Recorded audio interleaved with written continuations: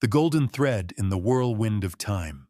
Once upon a time, for Elias, time wasn't just a sequence of seconds, but a relentless rival. He lived in a constant race. Early mornings, dozens of meetings, thousands of unread emails, ambitious projects, gym sessions, and even more work. Each day was a sprint, every minute a lost opportunity if it didn't lead to the next achievement. He believed that only in this ceaseless motion, in the noise and rush, could one find success and meaning. His calendar was packed, and his motto was, "If you're not moving forward, you're falling behind."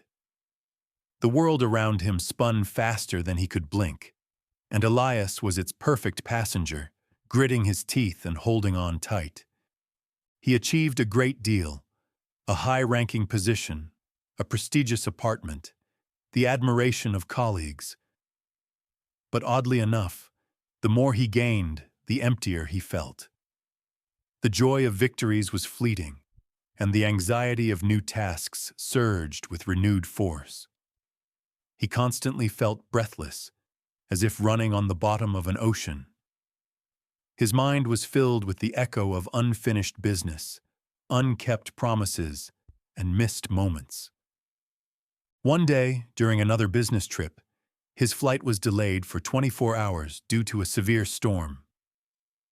Elias found himself stranded at the airport, far from his usual hustle and urgent matters. At first, panic set in. How was this possible? A whole day lost. He frantically checked his phone, trying to work, but the internet was unstable and his thoughts were muddled. In despair, he finally turned off all his gadgets and simply fell silent.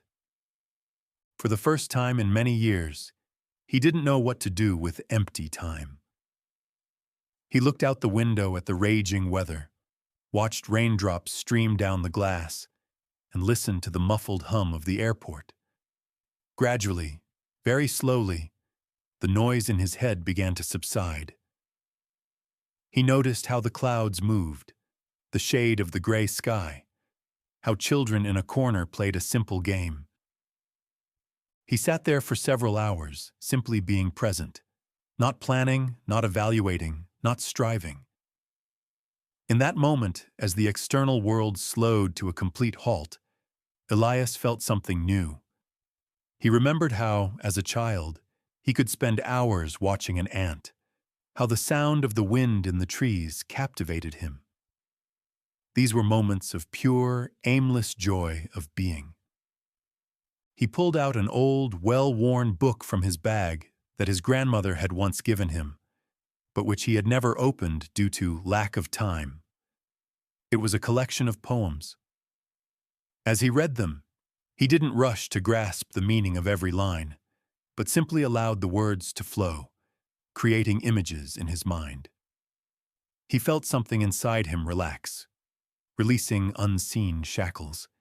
He finally allowed himself to be, rather than just do. When his flight was announced, Elias felt like a changed man. He hadn't lost a day. He had gained it. He understood that life isn't just a straight race to a goal, but a golden thread of moments unfolding right here, right now. That true value isn't in the number of tasks completed, but in the quality of the experience lived. He returned to his usual life, but with a new awareness. Elias began to set aside golden hours in his day when he intentionally slowed down. Whether it was a mindful breakfast without his phone, a walk in the park, or just 10 minutes of silence with a cup of tea. He remained ambitious, but now his ambitions were not fueled by the fear of falling behind, but by a deep desire to live fully. He realized that success isn't measured by speed, but by the depth and presence in every moment. And paradoxically, it was this slowing down that allowed him to see more clearly, make wiser decisions, and feel more alive than ever before. Reflections for you. Elias's story highlights the importance of finding balance between the pursuit of success and the ability to live in the present moment.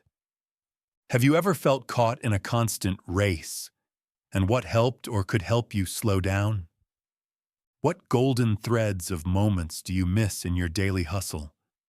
If you could dedicate just 10 to 15 minutes a day to mindful doing nothing, what would you do? Share your thoughts in the comments below. Your stories might inspire others to find their rhythm in this fast-paced life.